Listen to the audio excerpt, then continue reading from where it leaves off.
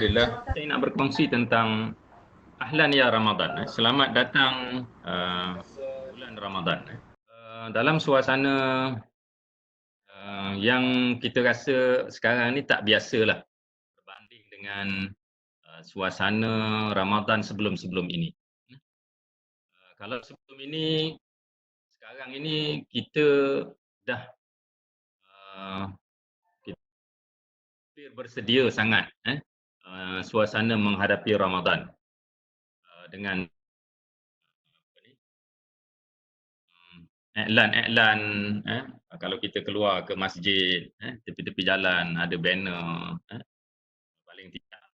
Tapi hari ini sebab kita tak keluar, duduk kat rumah, so suasana tu kita kurang rasai.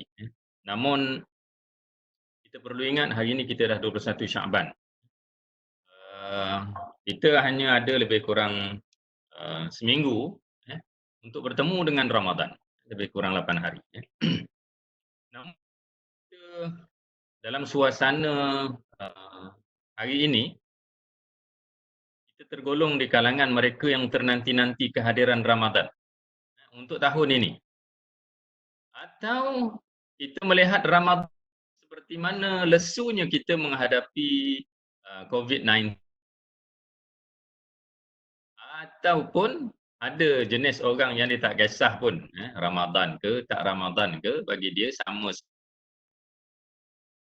adakah kita terdiri dari kalangan salah satu tersebut? Jadi bila kita sebut tentang Ahlan ya Ramadan ini, kenapa sebenarnya menjadi satu keperluan kepada mempersiapkan menyambut Ramadan dengan bersungguh-sungguh, dengan persediaan yang bersungguh-sungguh, seperti mana Nabi, seperti mana para sahabat dahulu Ramadan ini dengan mempersiapkan amal-amal mereka ketika bulan Syaban.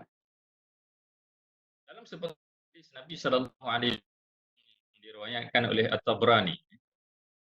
Hadis ini hadis dhaif statusnya. Dhaif ni kalau untuk dia tak boleh, tapi untuk motivasi, mewujudkan semangat untuk beramal, maka dia boleh digunakan mengikut jumhur ulama hadis. Apa kata Nabi SAW? Saya petik sebahagian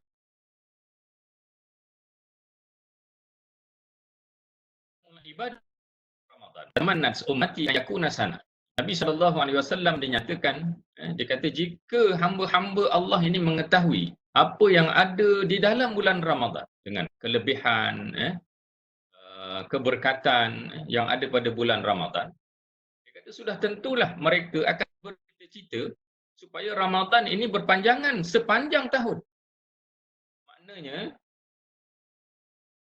Ramadan dia tidak mengharapkan berakhir bulan Ramadan itu dengan bulan Syawal, tidak. Mengharapkan Ramadan lepas Ramadan, Ramadan lepas Ramadan, Ramadan sampailah habis setahun. Kerana kelebihan-kelebihan yang disediakan oleh Allah Subhanahu wa taala khusus pada umat Nabi Muhammad sallallahu alaihi wasallam yang tidak diberikan kepada umat-umat lain. Untungnya kita, kerana kita diberikan satu bulan yang special, yang Allah anugerahkan untuk kita beramal, dan dengan amalan-amalan kita, kita mendapat pelbagai ganjaran. Ada satu kitab yang menyebutkan tentang Nasihin, kitab 200 Nasihin. Dia cerita tentang satu ketika Nabi SAW bersedih, dalam keadaan sedih. Kemudian datang Jibril bertanya kenapa Nabi SAW bersedih. Rasulullah kata, bagaimana aku tidak bersedih? Kerana umat aku umurnya sekitar 60 ke 70 tahun. Berbanding dengan umur Nabi-Nabi sebelum ini. Nabi Nuh alaihi salam, ratus tahun. Umatnya, umur umat Nabi-Nabi sebelum ini ratusan tahun. Sedangkan umur umat Nabi Muhammad sallallahu alaihi wasallam sekitar 60 ke 70 tahun, kata Rasulullah. Maka ketika itu turunlah surah Inna anzalnahu fi lailatul qadr. Wa ma adraka ma lailatul qadr. Lailatul qadri khairum min alfi syahr. Diturunkan, diberikan satu anugerah pada bulan Ramadan, satu malam yang dipanggil Lailatul Qadr, yang tidak diberikan kepada umat selain daripada umat Nabi Muhammad sallallahu alaihi wasallam. Jadi mari kita meninjau antara keistimewaan bulan Ramadan yang perlu kita menyediakan diri kita untuk menyambut Ramadan ini. Dan kita bimbang takut ini Ramadan terakhir buat kita. Ramadan ini anugerah spesial untuk kita kerana dinamakan bulan ini sebagai Syahrul Maghfirah, bulan keampunan. Bulan ini juga dinamakan sebagai Syahrul Rahmah, bulan dibuka pintu-pintu rahmat. Dalam hadis, nanti saya akan huraikan, ada yang menyebutkan di pintu-pintu syurga. Dengan kasih sayang Allah Subhanahu wa taala, beri keampunan dan dimasukkan umat Nabi Muhammad ini ke dalam syurga. Bulan yang dikenali sebagai Syahrul, bulan penuh barakah. Gandaan amal, gandaan pahala kepada orang yang bertemu dengan bulan Ramadan kemudian melakukan amal-amal pada bulan, diberikan keberkatan, barakah, kelebihan yang tidak diberikan kepada orang lain, umat lain. Ini sebagai Syahrul Siyam, bulan untuk kita melaksanakan ibadat puasa yang disebut man shoma Ramadan iman, yang ibadat puasa di siang hari dengan penuh keimanan dan keikhlasan, Allah berikan keampunan. Begitu juga disebutkan sebagai Syahrul Sadaqah. Bulan ini bulan kita digalakkan untuk membanyakkan sedekah, walaupun dengan sedekah kita hanya sebiji buah kurma, ataupun dengan segelas air kosong.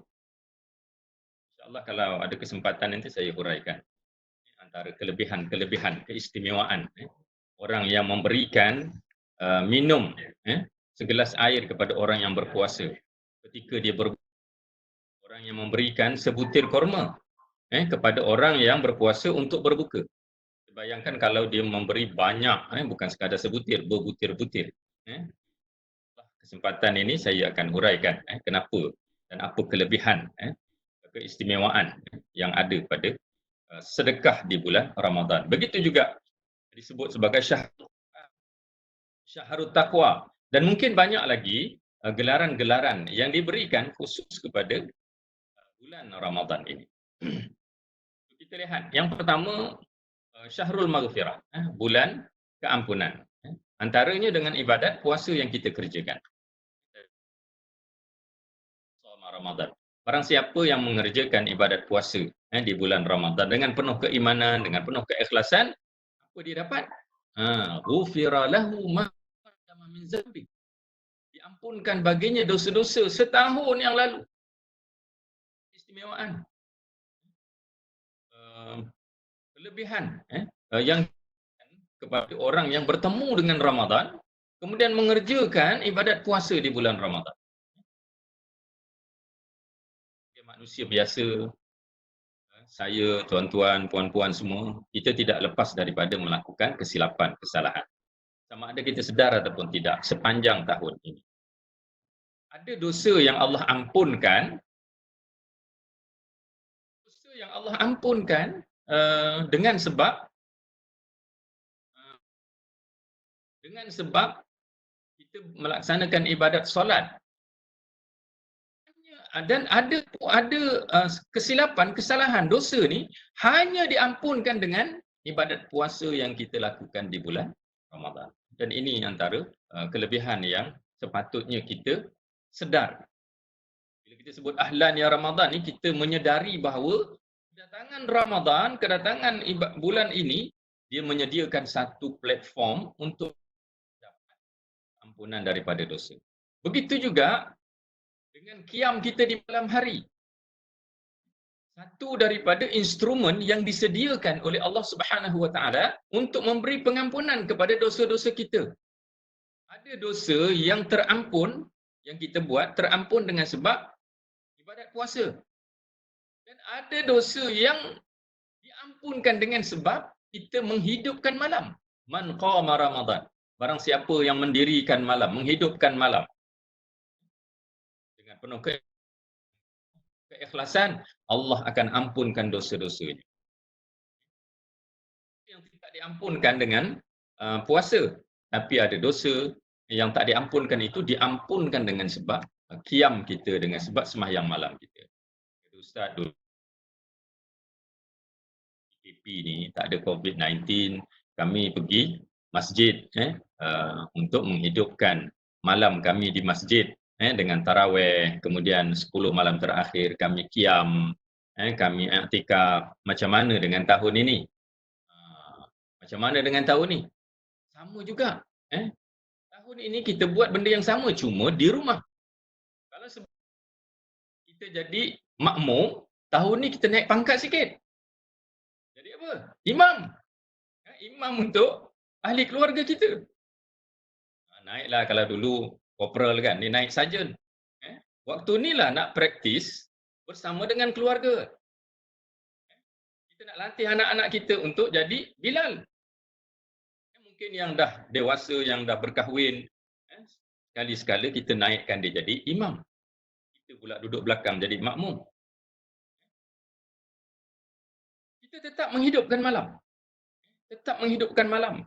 Kalau sebelum ini, kita mungkin lepas tarawih, kita duduk satu kelompok untuk tadarus. Tahun ini, kita nak tadarus dengan anak isteri kita. Makan malam kita dengan ahli keluarga kita. Dan kita rasa kita je nak masuk syurga. Kita je nak dapat keampunan. Tahun ini Allah bagi kesempatan kepada kita untuk bersama dengan ahli keluarga kita. Sama-sama mendirikan malam, menghidupkan malam, sama-sama tadarus Al-Quran bersama dengan isteri dan anak-anak kita.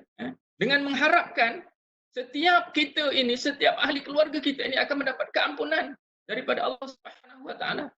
Kalau sebelum ni kita buat bersama dengan kawan-kawan, kita terlupa kadang-kadang. Dia balik tu dia buat apa kat rumah. Kita pun ni kita diberikan kisah, supaya kita kisah kepada ahli keluarga kita. Bukan nak marah ni, semua nak naik semangat sikit. Kemudian disebut sebagai bulan rahmat sayang. Dalam sepotong hadis Nabi SAW, dalam bulan Ramadan, baginda menyebutkan peringatan kepada para sahabat. Apa peringatan Rasulullah? Iza kana Ramadan. Sekarang ni dah masuk bulan Ramadan. Sekarang ni dah nak masuk bulan Ramadan. Futihat abwabur rahmah. Bulan Ramadan, bulan dibukakan pintu rahmah. Kasih sayang Allah. Allah menanti-nanti rayuan daripada hamba-hambanya untuk diberikan kasih sayang dengan diampunkan dosa-dosa. Wa ghulqat abwabu jahannam. Bulan Ramadan ini bulan ditutup pintu untuk ke neraka. Bulan yang kita sepatutnya bila kita puasa kita teringat Allah. Bila kita baca Quran kita teringat Allah. Kita tak ada masa nak buat benda-benda yang tidak sepatutnya kita buat. Lebih-lebih lagi dalam suasana PKP ni lagilah sepatutnya kita banyak waktu bersama dengan ahli keluarga kita untuk kita mendapat rahmat daripada Allah Subhanahu Wa Taala. Kita perlu rasakan bersama dengan anak isteri kita. Kita kena beritahu anak isteri kita, ni bulan nanti, bulan pintu-pintu kasih sayang Allah dibuka untuk kita. Kasih sayang apa? Kasih sayang untuk mendapat ampunan daripada Allah. Bulan di mana wasulsilatis syayatin, dibelenggu para syaitan, dirantai. Ada perbahasan ulama, dirantai ini bukan maknanya dirantai terus, dikurangkan daya untuk mengasut, daya untuk mengajak kita kepada benda yang tidak baik. Dikurangkan daya tersebut, dan diberikan kemudahan kepada kita untuk membuat amal. Mudah saja bangun untuk sahur, kan? Mudah hanya untuk kita solat waktu bersama dengan orang lain, berjamaah. Mudah untuk kita duduk tadarus Al-Quran. Mudah untuk melakukan amal-amal. Kalau masih lagi lihat, yang itu bukan syaitan, tu bukan syaitan yang syaitan tu syaitan yang ada pada kita tu. Yang itu kena tengok baliklah. Kemudian disebut Ramadan yang akan kita temui nanti ini adalah bulan gandaan amal. Hadis yang lain, hadis ini diriwayatkan oleh Abu Hurairah juga. Hadis tadi itu dibuka pintu-pintu rahmat tu pun Abu Hurairah juga. Hadis ini sebut tentang qad ja'akum syahru mubarak. Rasulullah antara pesanan ketika menjelang Ramadan. Telah datang ataupun Ramadan ni akan datang kepada kamu, dia merupakan bulan yang penuh barakah. Mubarak, berkat. Kalau orang Jawa kan, orang Jawa, saya ni macam Jawa jugalah kan.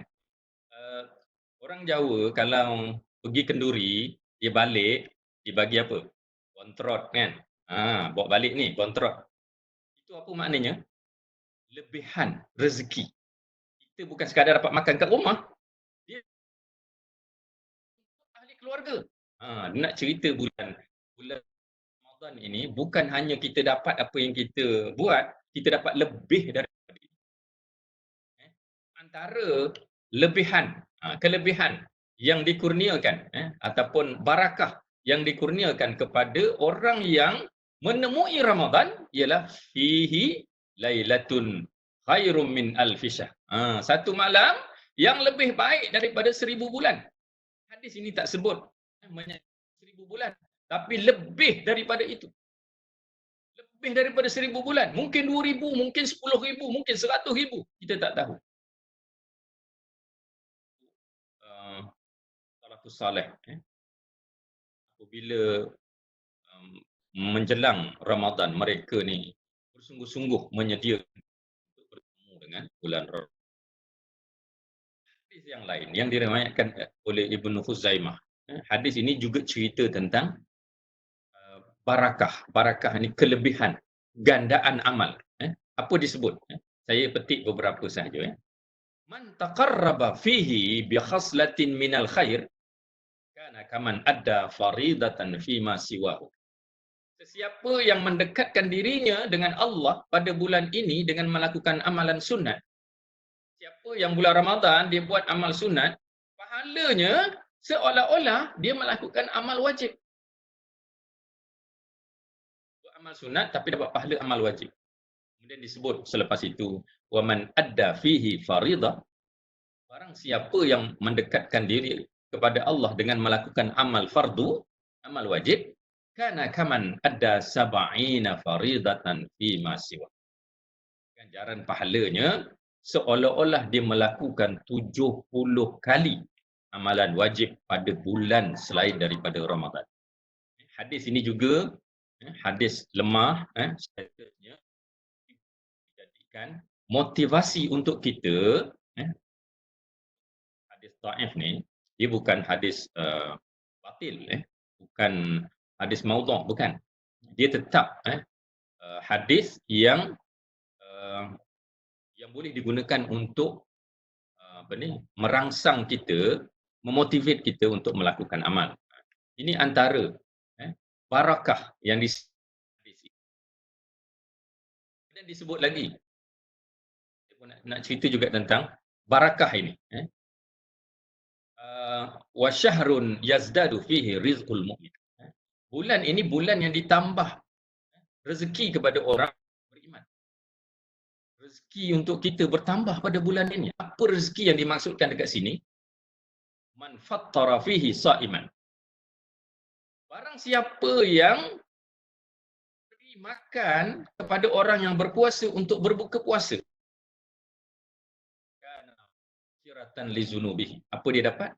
Yang pertama, ampunan dosa daripada Allah. Wa itqa raqabatihi minan nar. Yang kedua dia dapat pelepasan daripada api neraka. Wa kana lahu ajrihi min ghairi ayantaqisa min ajrihi syai'. Dan yang ketiga, dia mendapat pahala sama seperti pahala orang yang berpuasa dan tidak dikurangkan sedikit pun. Maknanya apa? Kalau kita bagi makan untuk berbuka puasa kepada jiran kita. Katalah jiran kita ada 5 orang, ahli keluarganya. 5 orang hari tu baca seorang satu juzuk. Ni saya nak buat perumpamaan. 5 orang tu, seorang ahli keluarga dia baca satu juzuk Al-Quran. Dia dapat pahala satu juzuk Al-Quran. Orang yang beri makan ni, ketika dia berbuka, dia dapat pahala sama seperti mana jiran yang dia beri makan tadi.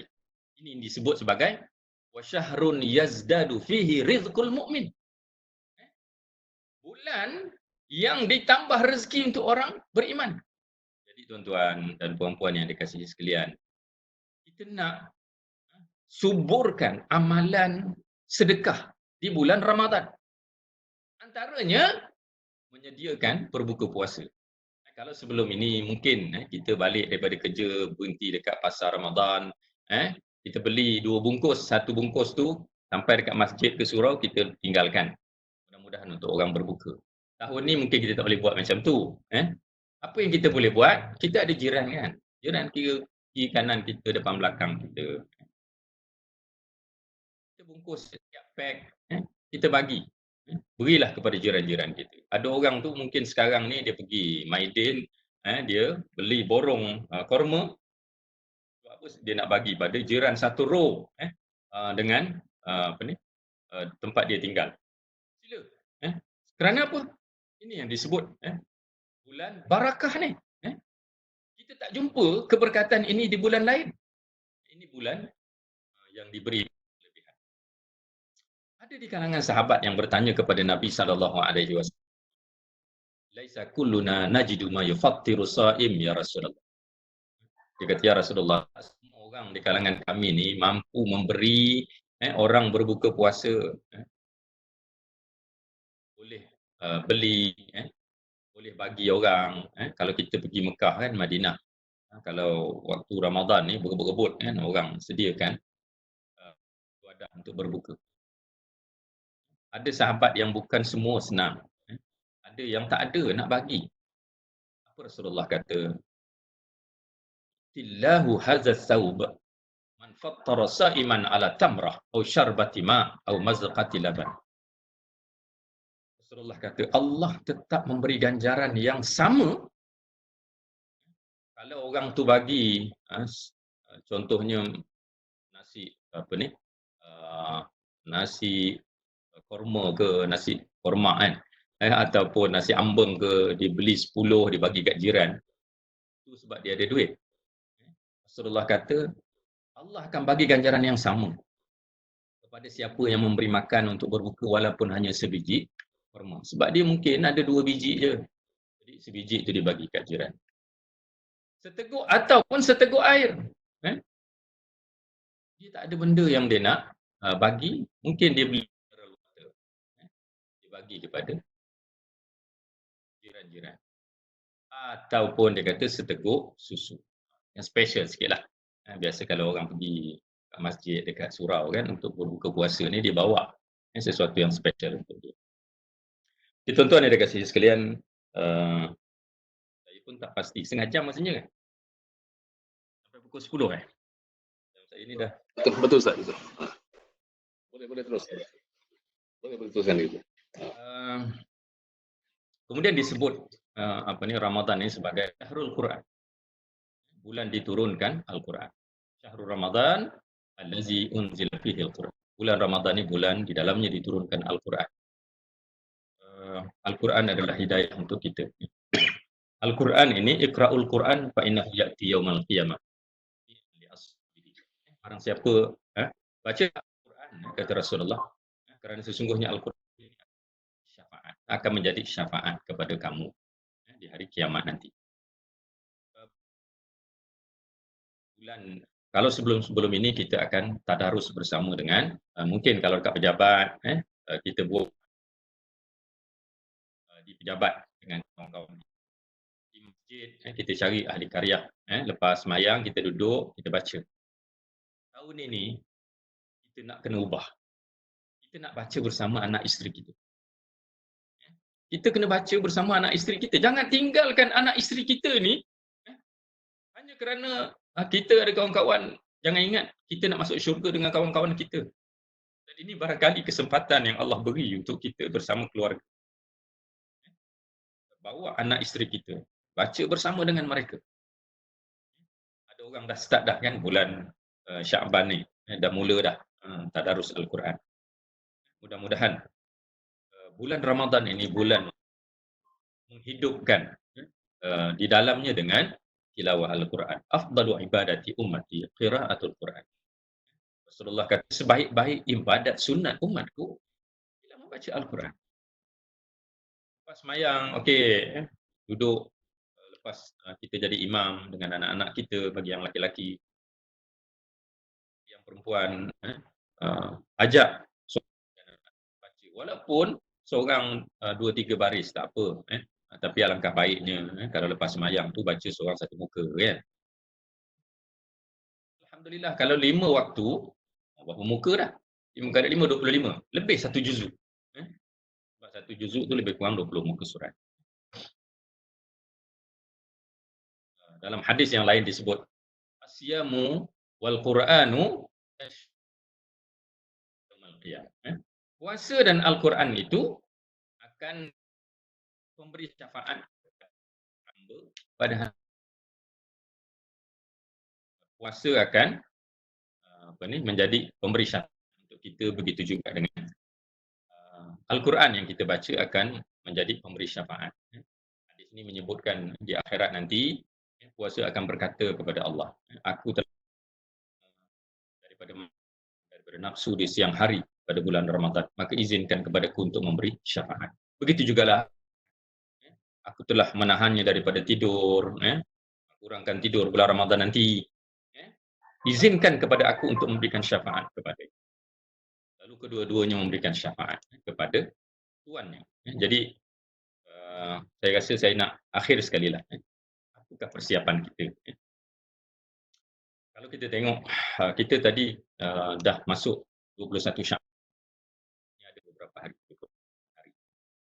Kita lihat apa kata ulama. Bagaimana yang dinukilkan oleh Al-Hafiz Ibn Rajab. Dia kata, walamma kana Sya'ban kal muqaddimati li Ramadan. Bulan Ramadan, bulan Sya'ban ini dia kata seperti muqaddimah, pendahuluan bagi bulan Ramadan. Syuri'a fihi ma yushra'u fi Ramadan minas siyami wa qiraatil Quran. Maka disyariatkan di bulan Sya'ban ni apa-apa yang disyariatkan pada bulan Ramadan. Maknanya kalau bulan Ramadan puasa, bulan Sya'ban kita digalakkan puasa. Rasulullah banyak berpuasa sunat ialah bulan. Juga dengan kalau bulan Ramadan tadi saya sebut bulan Al-Quran, kita nak jadikan bulan Sya'ban yang baki-baki ni ada beberapa hari lagi ni untuk mula. Bagi yang belum memulakan tadarus, mulakanlah bersama dengan ahli keluarga. Mulakan baca Quran. Dan begitu juga dengan amal-amal yang lain yang kita kadang kita lihat ni antara yang menceritakan tentang para sahabat dahulu. Dia kata bila melihat bulan Sya'ban, dia kata mereka masing-masing meraih mushaf dan membacanya. Sama ada memegang Al-Quran ataupun mana-mana yang menghafal Al-Quran tu dia mengulang bacaannya. Kemudian waktu ni dia kata mengeluarkan zakat, beri kepada mereka yang memerlukan. Kalau ketika ada rezeki lebih, tambah-tambah lagi zaman PKP yang terkesan dengan PKP ni, cari orang-orang yang memerlukan di sekeliling di rumah kita ni, taman kita ni, cari tanya, amil tanya pihak masjid keluarkan zakat kalau dalam bentuk zakat. Bahawa zakat ni kena bayar dekat Jabatan Agama kan. Begitu juga dia kata dulu pemimpin-pemimpin gubernur dia kata panggil tawanan, panggil orang yang perlu dihukum, disegerakan hukuman dan untuk dibebaskan segera bila masuk menjelang bulan Ramadan. Maknanya menguruskan mana-mana yang perlu diuruskan sebelum bulan Ramadan pada bulan Syaban. Begitu juga dia kata para pedagang, mana-mana yang perlu diuruskan sebelum Ramadan mereka selesaikan. Bila bulan Ramadan mereka banyak masa mereka untuk ditumpuk parti mereka. Itu juga dengan di kalangan para salafus saleh, dia kata mereka ni berdoa sejak daripada 6 bulan sebelum Ramadan.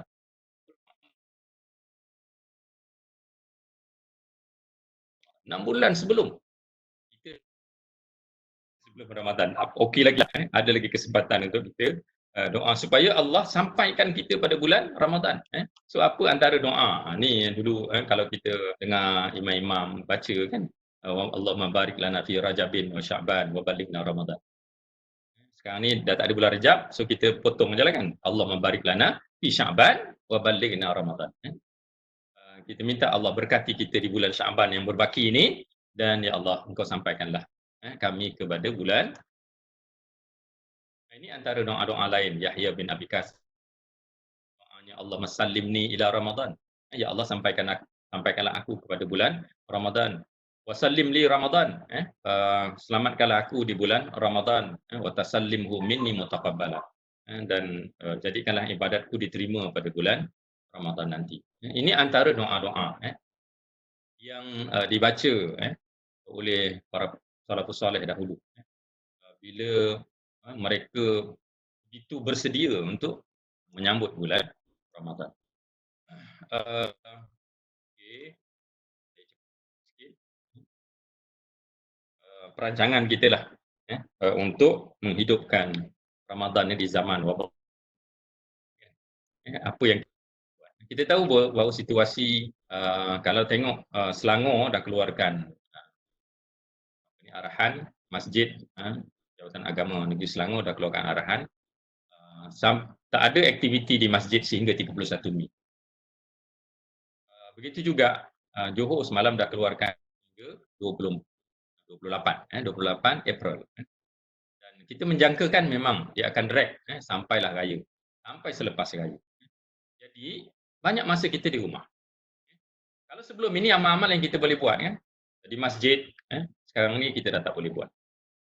Tak dapat solat berjemaah, tak dapat solat Jumaat, tak dapat tarawih di masjid, tak dapat menjamu berbuka puasa di masjid, tak dapat tadarus dan tazkirah bersama di masjid, tak dapat qiyam dan i'tikaf di masjid, tak dapat sumbang tabung infak Ramadan di masjid.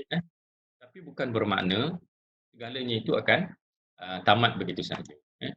Jadi kita kena buat paradigm shift kita. Kita kena berubah. Kalau kita lihat Nabi Allah Yusuf dahulu ketika dia di penjara, dia sempat menyantuni dan berdakwah kepada orang yang berada di penjara. Antaranya dia menakbir mimpi kan. Dan bila orang tu lepas daripada penjara, dia memanjangkan amal Yusuf ini beritahu kepada orang bahawa kelebihan yang ada pada Nabi Allah Yusuf. Begitu juga Nabi SAW ketika di saat genting nak berhijrah, ketika Rasulullah bersembunyi di gua, kemudian dikejar oleh pemuka-pemuka Quraisy kan, orang-orang yang suruhan orang-orang kafir Quraisy ini untuk menangkap Rasulullah. Rasulullah ketika dalam perjalanan tu sempat berdakwah kepada Ummu Ma'bad. Dan hasil daripada dakwah Ummu Ma'bad ini, dia telah berjaya mengislamkan suami isteri ni. Dan sama-sama pergi berhijrah. Maknanya kesempatan yang ada itu digunakan untuk melakukan amal. Said Qutb ketika di penjara, dia sempat menghasilkan tafsir Fizilan. Pak Hamka ketika di penjara, dia sempat menghasilkan tafsir Al-Azhar. Kita, ketika kita di kuarantin ni, agaknya apa yang kita boleh hasilkan? Dalam kita rasa sempit nak beribadat, bertemu ketika menjelang Ramadan ni, kita kena keluar daripada kebiasaan.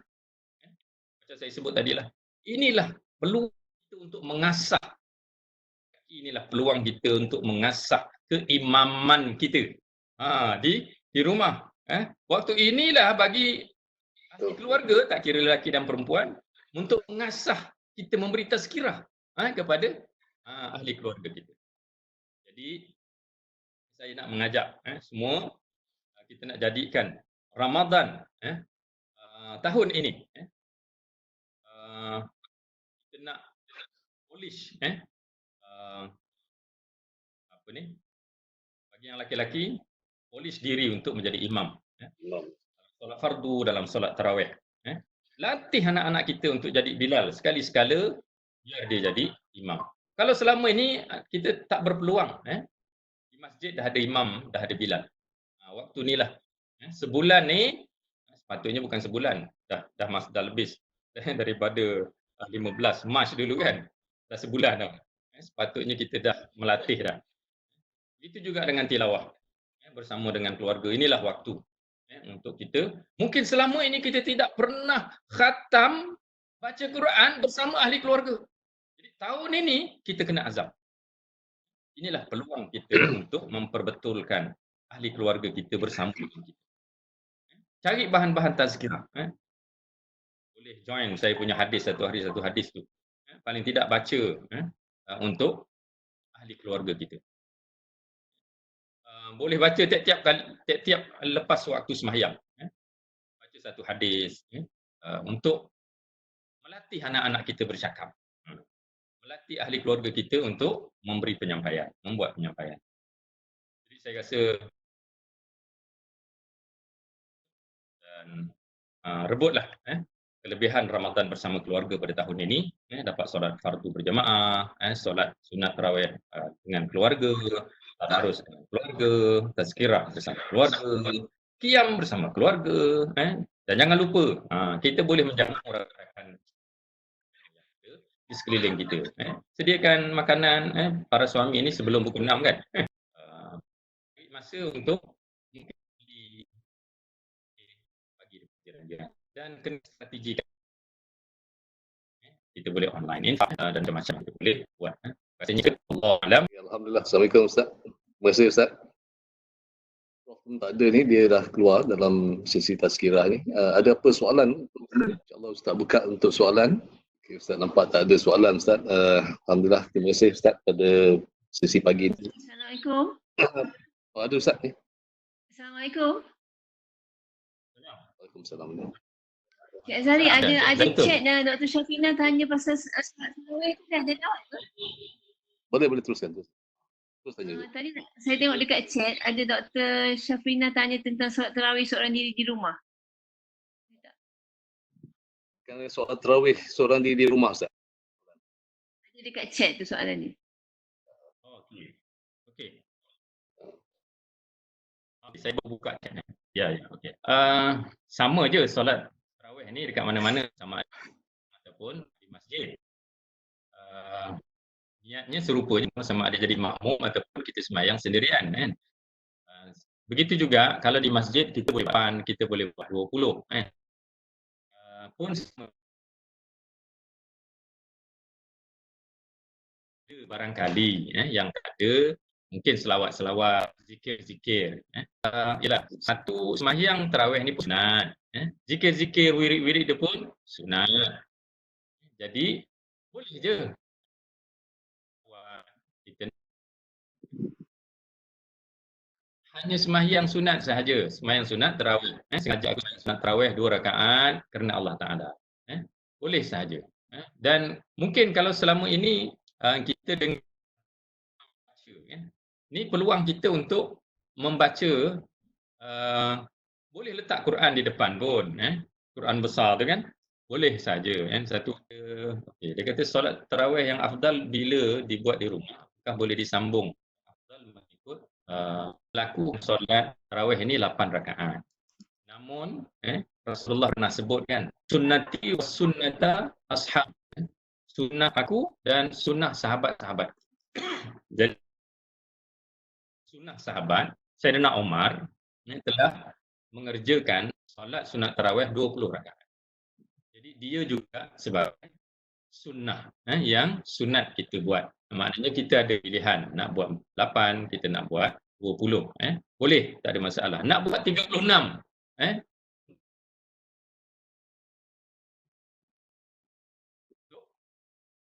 Berang. Yang penting sama juga dengan semayang sunat biasa kan. Sunat mutlak. Oh, banyak kita nak semayang sunat mutlak, silakan, tak ada masalah. Cuma bila disebut tentang sunnah, ya ada dua lah. Satu sunnah yang Rasulullah buat.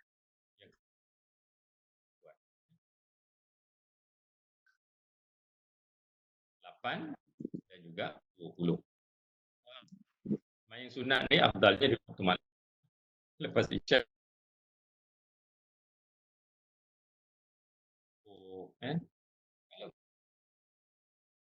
Kan Rasulullah pernah tanya Abu Bakar, engkau sembahyang sunat witir. Ketika Rasulullah tanya tu solat sunat witir. Engkau solat sunat witir bila, wahai Abu Bakar? Abu Bakar kata, aku sembahyang sunat sebelum tidur. Tanya pula Umar, engkau sembahyang sunat bila? Umar kata, aku sembahyang sunat sebelum fajar. Rasulullah kata benar kedua-duanya. Maknanya dia confirm boleh bangun subuh. Dan pula dia takut terlepas. Takut terlepas. Agak-agak kita ni macam Umar ke macam Abu Bakar. Jadi kalau kita macam Abu Bakar, kalau kita macam Sayyidina Umar, sila buatlah bolehkah kalau perbuatan sunnah digabungkan dengan perbuatan wajib dalam ibadat? Saya tak faham maksud. Kalau yang sunat yang wajib.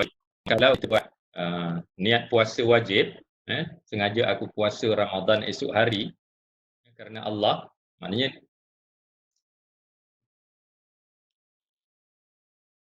dia akan jadi wajib untuk kita. Mungkinlah agaknya ni boleh tak digabungkan ni, mungkin biasa orang dia apa sekali dengan puasa ganti dengan puasa sunat. Ini ada perbahasan ulama. Ada yang kata boleh, ada yang kata tak boleh. Kalau tanya saya, kita buat dulu, lepas tu buat yang sunat. Kita dapat dulu. Yang itu confirm dapat. Wallahu a'lam. Jawab dah ni bagi isteri dan ibu-ibu kadang-kadang terkejar-kejar memasak. Apa nasihat Ustaz? Itu bulan Ramadan ni insya-Allah tengah hari kita masak. Kita hanya masak sebelah petang. Jadi banyak waktu kita daripada pagi tu sampailah katalah kita masak selepas asar pukul 5 ke kan kita masak. So, maknanya boleh membahagi waktu kita kalau nak tadarus kita sibuk dengan urusan memasak. Mungkin kita juga ada anak yang perlu kita bersama dengan anak-anak. Kena bagi masa. Sebab itu paling mudahnya kalau kita nak tadarus contohnya kan. Tadarus ni paling mudahnya setiap kali lepas sembahyang kita duduk dapat beberapa muka surat, alhamdulillah.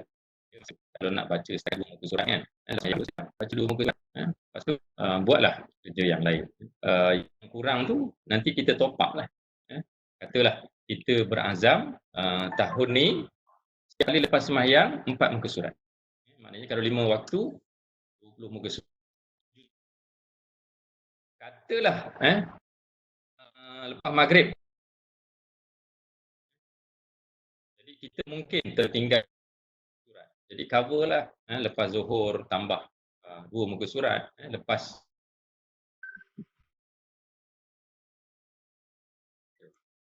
itu satu. Rasanya menjawab ke?